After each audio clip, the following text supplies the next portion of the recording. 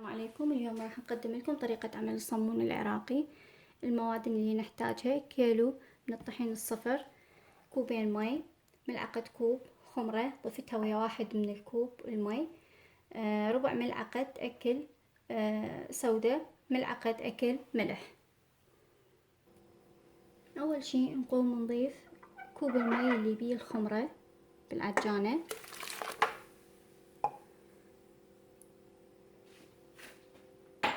الكوب الثاني ما نستعمله هسه، راح نستعمله عند الحاجة. نضيف ملعقة سودة ربع ملعقة، ونضيف الملح.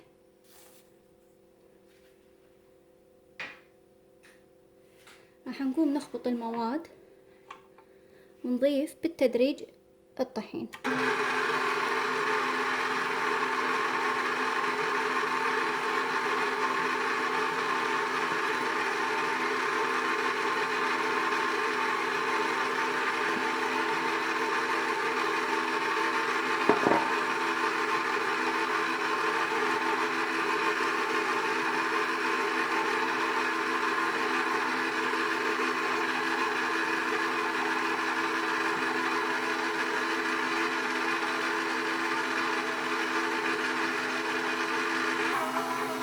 نلاحظ عملية العجن، استخدمنا الكوب الثاني من المي.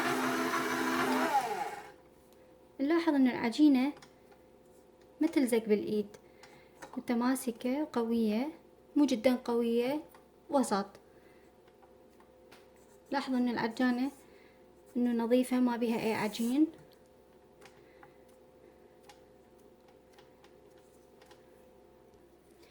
هذا شكلها النهائي بعد العجن.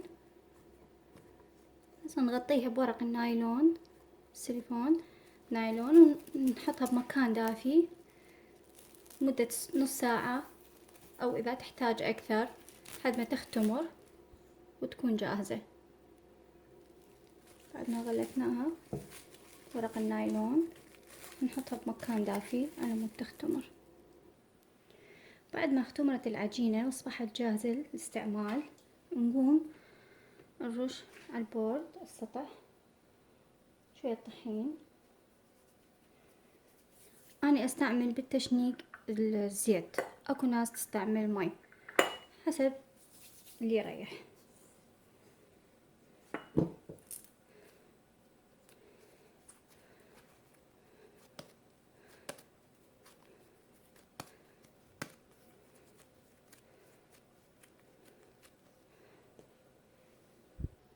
بعد ما خلصنا التشنيق، بالكيلو الطحين الواحد طلع لنا 10 صمونات.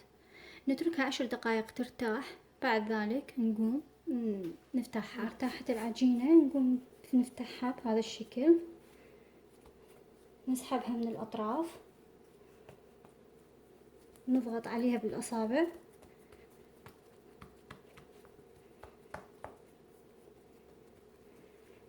بهذا الشكل.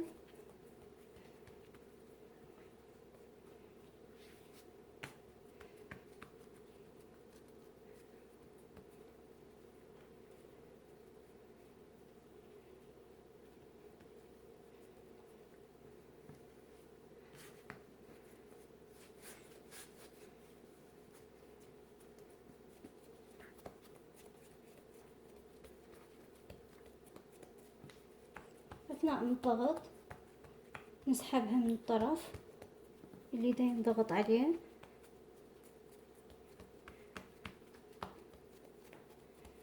تاخذ الشكل.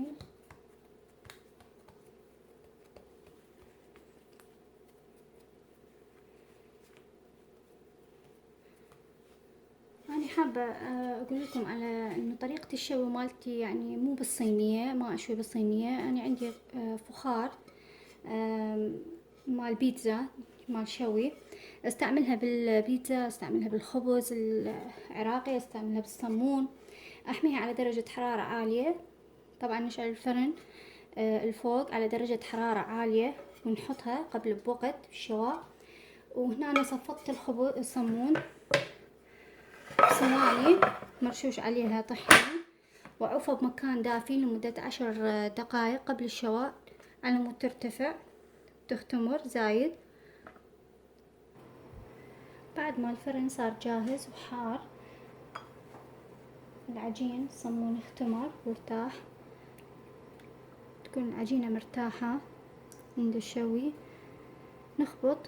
اكو ناس تحط زيت فوق الوجه مال الصمون، وانا حطيت ملعقة كوب طحين، ربع ملعقة شكر، نص جلاس مي، نص كوب مي.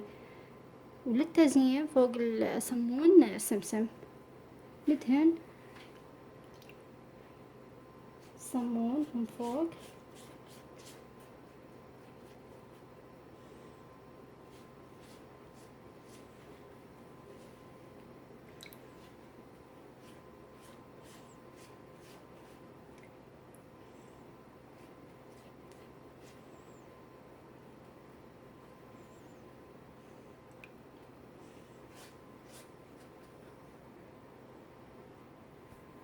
بعدها نحط السمسم فوقها.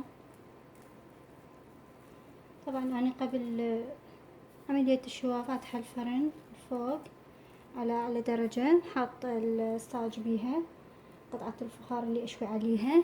هاي الصينية بس مجرد أحط الصمون بيها يختمر، وبعدين أشيله من عندها وأحطه على الفخار مباشرة.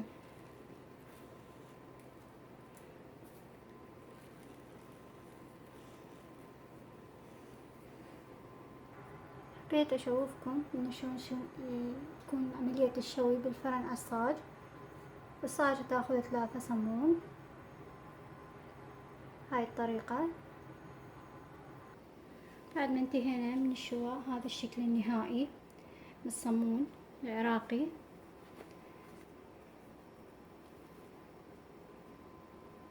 إن شاء الله يعجبكم، وألف عافية.